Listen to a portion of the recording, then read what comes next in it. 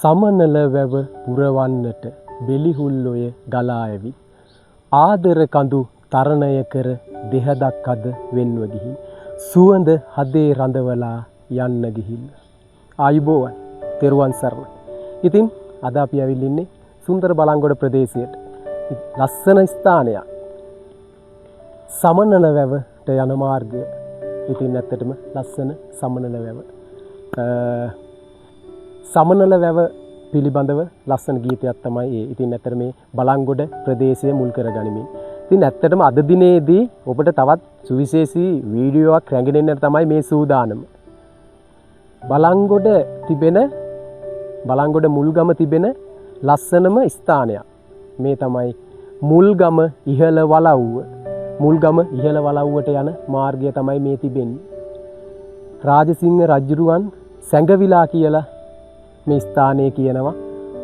මේ මුල්ගම ඉහළ වලව්වේ යුද්ධයෙන් පෙරදිලා ඇවිල්ලා ඒ ආපු ඇමතිවරු දෙදෙනෙක්ගෙන් එක්කෙනෙක් තමයි මේ මුල්ගම වලව්ව ඉදි කරලා තිබෙන්නේ. ඉතින් ඇත්තටම අපි ගිහිල්ලා ඒ මැණිකේ වලව්වේ ඉන්නවා කියලා කියනවා. ඉතින් අපි වලව්වට ගිහිල්ලා මැණිකෙත් එක්ක කතා බහ කරලා ඒ පිළිබඳව විස්තර කතා කරන්න තමයි බලාපොරොත්තුව. අපි යමු. දෙරණිය අසිරිය YouTube නාලිකාව ඔබට සුන්දර වටිනාකමක් තිබෙන වීඩියෝ රැගෙන එනවා. ඉතින් අපි යමු මුල්ගමට ගිහිල්ලා ඒ පිළිබඳව අපි කතා කරමු.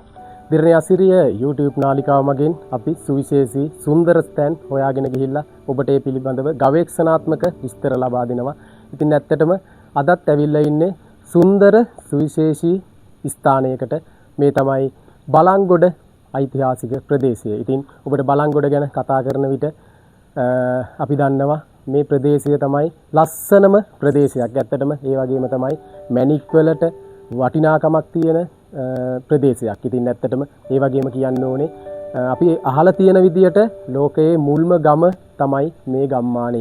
බලංගොඩ මුල්ගමට තමයි අද දිනේදී අපි ඇවිල්ලා ඉන්නේ. ඉතින් ඇත්තටම ඒ වගේම තමයි සඳහන් කරන්න ඕනේ මේ ප්‍රදේශයේ ලස්සන ස්ථාන තිබෙනවා. ඉතින් ඔබ අසා තිබෙනවා බලංගොඩ මානවයා පිළිබඳවත්. ඉතින් මෙන්න මේ ප්‍රදේශයෙන් තමයි මේ බලංගොඩ මානවයා ඒ ඓතිහාසික තොරතුරු ගවේෂණාත්මක කතාව මේ බලංගොඩ ප්‍රදේශයෙන් තමයි අපිට අහන්න ලැබෙන්නේ. ඉතින් ඇත්තටම අද දිනේදීත් අපි ඇවිල්ලා ඉන්නේ බලංගොඩ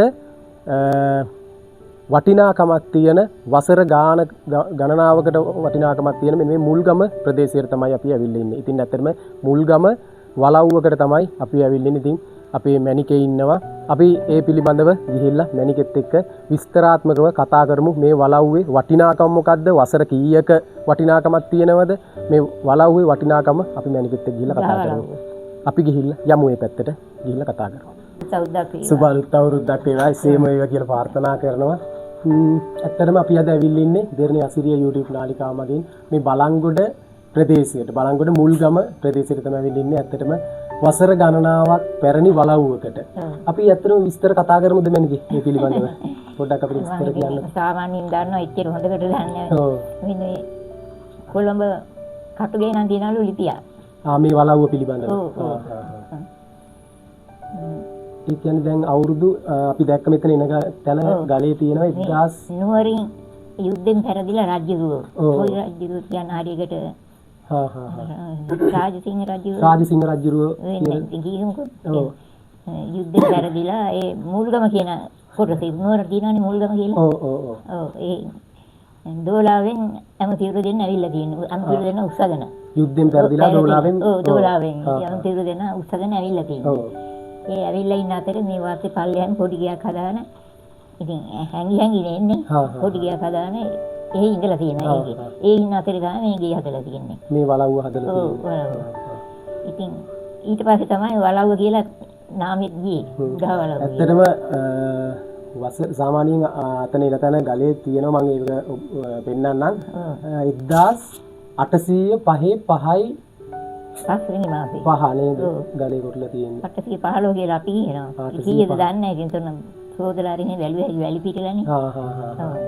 ඒක වැඩි ගණන් ගන්න නැහැ ඔය ඉතින්. අද අපි මෙහෙම ඇවිල්ලා මේ විදිහට කතා කරාට ඇත්තට මේ දවස්වල නම් මම අහලා තියෙනවා වලව්වක ඉස්සරහින් කිසිම කෙනෙකුට එන්න බෑ කියනවා. ඉස්සර. ඔව් ඒ දවස්වල. තේජාන්විත බව ගාම්භීර බව සියල්ල ඉච්ච තැන් තමයි මේ තැන් අද. ඔව් මෙහෙම වෙලා තියෙන්නේ. මෙහෙම වෙලා තියෙන්නේ. ඇතුල් වෙනකොට ඒ කියන්නේ ප්‍රභූවරයෙකුට විතරයිලු වලව්ව ඉදිරියෙන් ඇවිල්ලා කතා කරන්න පුළුවන් නැත්නම් පිටිපස්සේ දොරෙන් තමයි එන්න කියන්නේ. ඒක අපි අහලා වගේ දැන් ඒ මැනිකේ කීවෙනි පරම්පරාවද? මමත් මෙතන මගේ නැන්ද මාමා මෙතන. හා ඔව්. මාමා බණ්ඩාරවෙල. හා හා. නැන්දා මගේ පරම්පරාව තමයි මේ. දැන් තමයි මෙතන ඉල්ල නතර වෙලා. හා. ඔව්. ඒ කියන්නේ නැන්දම්ම කියන්නේ මේ වලව්වේ පළවෙනි හාවු මහත්. ඔව් ඒ පරම්පරාවෙම තමයි මමත්. දෙන්න කොමුදියන් කියලා. දෙන්න කොමුදියන්. මැනික මේ වලව්වට මොකද්ද කියන නම? මේකට උඩහ වලව්ව කියලා. උඩහ වලව්ව. මුල්ගම උඩහ වලව්ව. උඩහ වලව්ව. ඔව්. සාමාන්‍යයෙන් වසර 4500ක් 3400ක් වගේ වෙන ඇති. 1805 කියන්නේ මේ 2026 නේ. ඔව්. ඉතින් මේ මැනික දැන් අවුරුදු ඒ කියන්නේ ඉපදුන දවස් ඉඳලා නෑ මම මෙහාට එනකොට අවුරුදු වැඩි නෑ 16 දුවේද. නෑ කමතින් ඉතින් අවස්ස මාමයි නැන්දම්මගේ දුව තමයි මම. ඒතකොට මැනික මේ හාවු මහත්තයා ඒ නැති වුණා. ළඟදීද 96ක් විතර වෙලා නැති. 96ක් වෙනවානේ. ඔව්. මේ පවුලේ මැනික මං අහලා තියෙන මේ වලව්වේ රාජසිංහ රජුරුවත් ඒ යුද්ධෙන් පෙරදිලා සැඟවිලා හිටියා. එහෙම කතාවක්. හැංගිලා මේ වලව්වේ හිටිය කියලා. ඔව්. මේ හැංගෙන්න තමයි මේ බලන්න අර ජනෙල් එහෙම යන්න තැනක් නෑ. ඔය ඉනිමඟ තියලා ළමයි නැන්චි. ඔය හැංගිලා අර එනේ පොල්ගල උඩ. ඔව්. හැංගෙන්න හදපුවේ නැති. මමවත් මේ ගමේමයි මමත් මේ ඈතක නෙමෙයි ඒ වුණාට එච්චර තේරුමක් නෑ ඒ කාලේ. ඔය පස්සේ මේ අපෝ කියනවා එහෙනවා ඒ වගේම. ඒකෙන් තමයි. ඇත්තටම මේ තැන් අපි අද දින් මෙහෙම ඇවිල්ලා හිටියද ඒ දවස්වල මේ වටපිටාව මේ වලව්ව මොන විදියට තියෙන්නේ නැද්ද? තියෙන්නේ ඒක. මේවයි කොච්චර සේවකයෝ ඉන්නේ නැද්ද? ඔව්.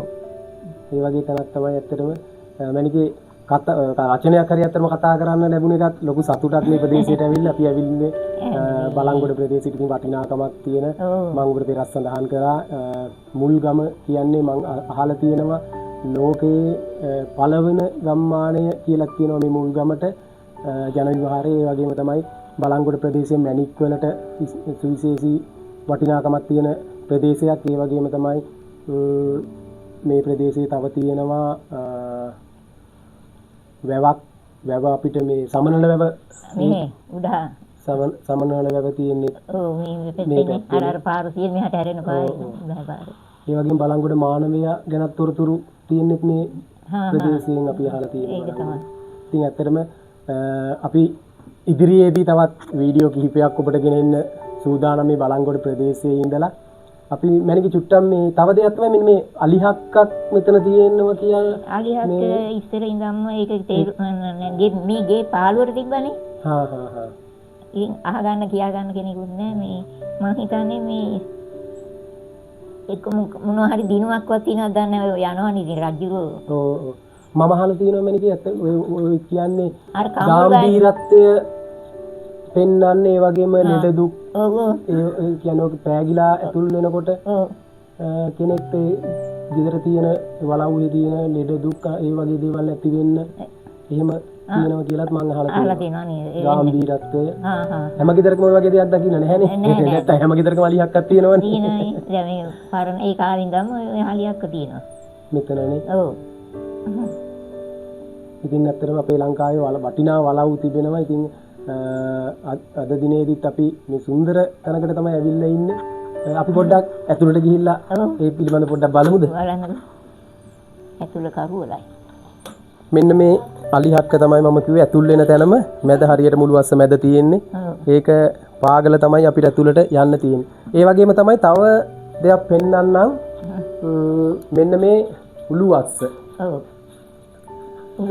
මෙන්න මේ උළුවස්ස මේ විදියට තියෙන්නේ ඇයිද කියලා ඔබ දන්නවා ඇති. ඒ කියන්නේ මේ වගේ උළුවස්සක් මම දැකලා තියෙනවා මඩුවන් වෙන බලව්වෙත් තියෙනවා.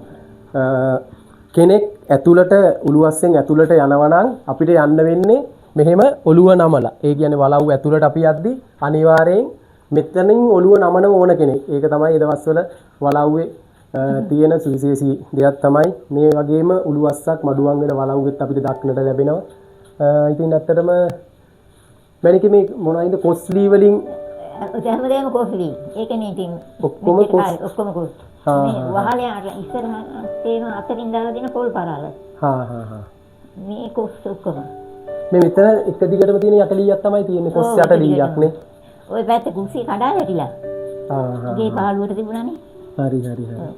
මේ කාමරේ තමයි ඉස්සර ඉලමගේ බබාලා හැම හම්බ වෙන කාමරය. එහෙම කාමරයක් තමයි මේ කාමරේනේ.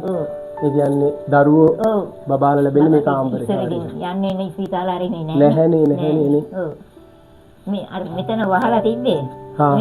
මෙහෙම පිටි රියුනේ අපි කඩලා මේ අවුලුවස්සක් අයි කරානේ. ඔළුවස්සක් දැම්ම ඉතින් අර නිදා ගන්නව කාමරයක් නෑ. හරි. මෙතන දොර තවක් තියෙනවා මේ අල්මාරියට වැහිලා. ආයතුලෙන් තව දොරක් තියෙනවා. ඒ කියන්නේ මම මේ පිටිපස්ස වලව්වේ තව පිටිපස්සේ තියෙන්නේ නැතිනේ. තියෙනවා මැද මිදුල තියෙන ලොකුවට වටේට කාමරවල තියෙන්නේ. තව කාමර ගොඩක් තිබිලා තියෙනවා. ඔව් ඒක ඔක්කොම කඩා වැටිලා. හරි.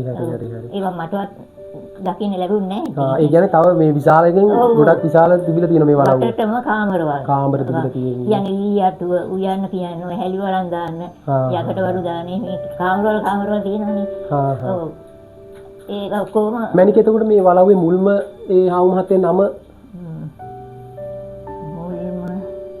මේ මතකේ මොකද තෙන්න කොමුදියන් කියලා තමයි මේ. තෙන්න කොමුදියන්. ඔව්. මුල්ම ඉතින් ඇමතිවරු දෙන්නයි පස්සේ තමයි. ඒ කියන්නේ රජතුමාගේ ඇමතිවරු දෙන්නෙක්ගේ එක්කෙනෙක් තමයි මේ වලව්ව මෙතන ඉදි කරලා තියෙන්නේ. ඔව් එක්කෙනෙක් තමයි හදලා. දෙන්න තුන් දෙනා එක හදන්නේ අපි රජුරෝ නම් කොහොමද දන්නේ. ඉතින් හදලා තමයි වලව්ව කියලා තියලා තියෙන්නේ. උඩ වලව්ව කියලා. ලොකු ගන්න විකිලිය වලව්ව දන්නවද? විකිලිය වලව්ව මම අහලා තියෙනවා. ඔය විකිලිය වතන බැංකුවට සමුද්‍ර බැංකුවට යටි පැත්තේ. ඔව්. ඒ වලව්වයි මේ වලව්ව අතර සම්බන්ධයක් තියෙනවද මෙලකේ? ඔව් මෙහෙන් ගිය කෙනෙක් තමයි එතන ඒ වලව්ව. මෙහෙ. ඒ කියන්නේ හරි. ලොකු බණ්ඩාර කියලා මුත්තගෙනේ. ඒ කියන්නේ මේ වලව්ව ඉඳලා ගියපු කෙනෙක්. මේ වලව්වෙම පරම්පරාව. ඔව්. හරි. කියන්නේ ඇමති කෙනෙක් ඉතින් කාගේ හරි ඒ ලොකු මුලම නම හරියට දන්නේ නැහැ. ඔව්. ලොකු බණ්ඩාර කියලා එහෙ. ඒ අපි ආතල මුත්තලා එනවා. ඒ පරම්පරාව තමයි ඒ. විකිලිය වලව්ව. තව මේ ගාලගම වලව්වට ගිහින් තියෙනවා. ඔව්. අපි අතන පොඩ්ඩක් ගමු අර මේ ගලේ සඳහන් කරලා තියෙනවා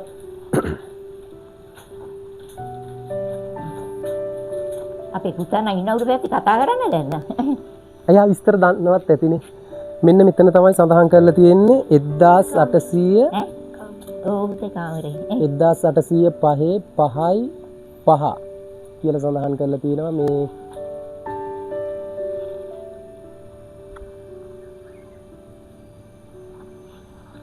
ඉතින් අපිට ගොඩක් විස්තර මැනිකේ ලබා දුන්නා. ඉතින් අපි මේ ගවේෂණය කරන්නේ ඇත්තටම මේ තොරතුරු මේ පිළිබඳව විස්තර හොයන අය ගොඩක් ඉන්නවා. ඉතින් එයාට දැනගන්න තමයි. ඉතින් ඕන කෙනෙකුට ඇවිල්ලා මේ පිළිබඳව ඇත්තටම මැනිකේ අපිට ගොඩක් හොඳින් ආපු වෙලේ ඉඳලා කතා බහ කරලා විස්තර අපිට ලබා දුන්නා. ඉතින් ඇත්තටම ඕනම කෙනෙකුට ඇවිල්ලා මේ බලංගොඩ මුල්ගමට ඇවිල්ලා මේ වලව්වට ඇවිල්ලා මැනිකෙත් එක්ක කතා බහ කරලා යන්න පුළුවන්. ඉතින් ඔබටත් මේ පිළිබඳව තවත් YouTube නාලිකා කරන අය ඉන්නවා. ඉතින් ඒ අයටත් අපි කියනවා මැනිකෙත් එක්ක ඇවිල්ලා මේ විස්තර අහගෙන අපි ඇත්තටම මේ YouTube එකට අන්තර්ජාලයේ මේ වීඩියෝ උදාහරින්නේ ඕනම කෙනෙකුට මේ තොරතුරු හොයනකොට මේවා ලබා ගන්න තමයි.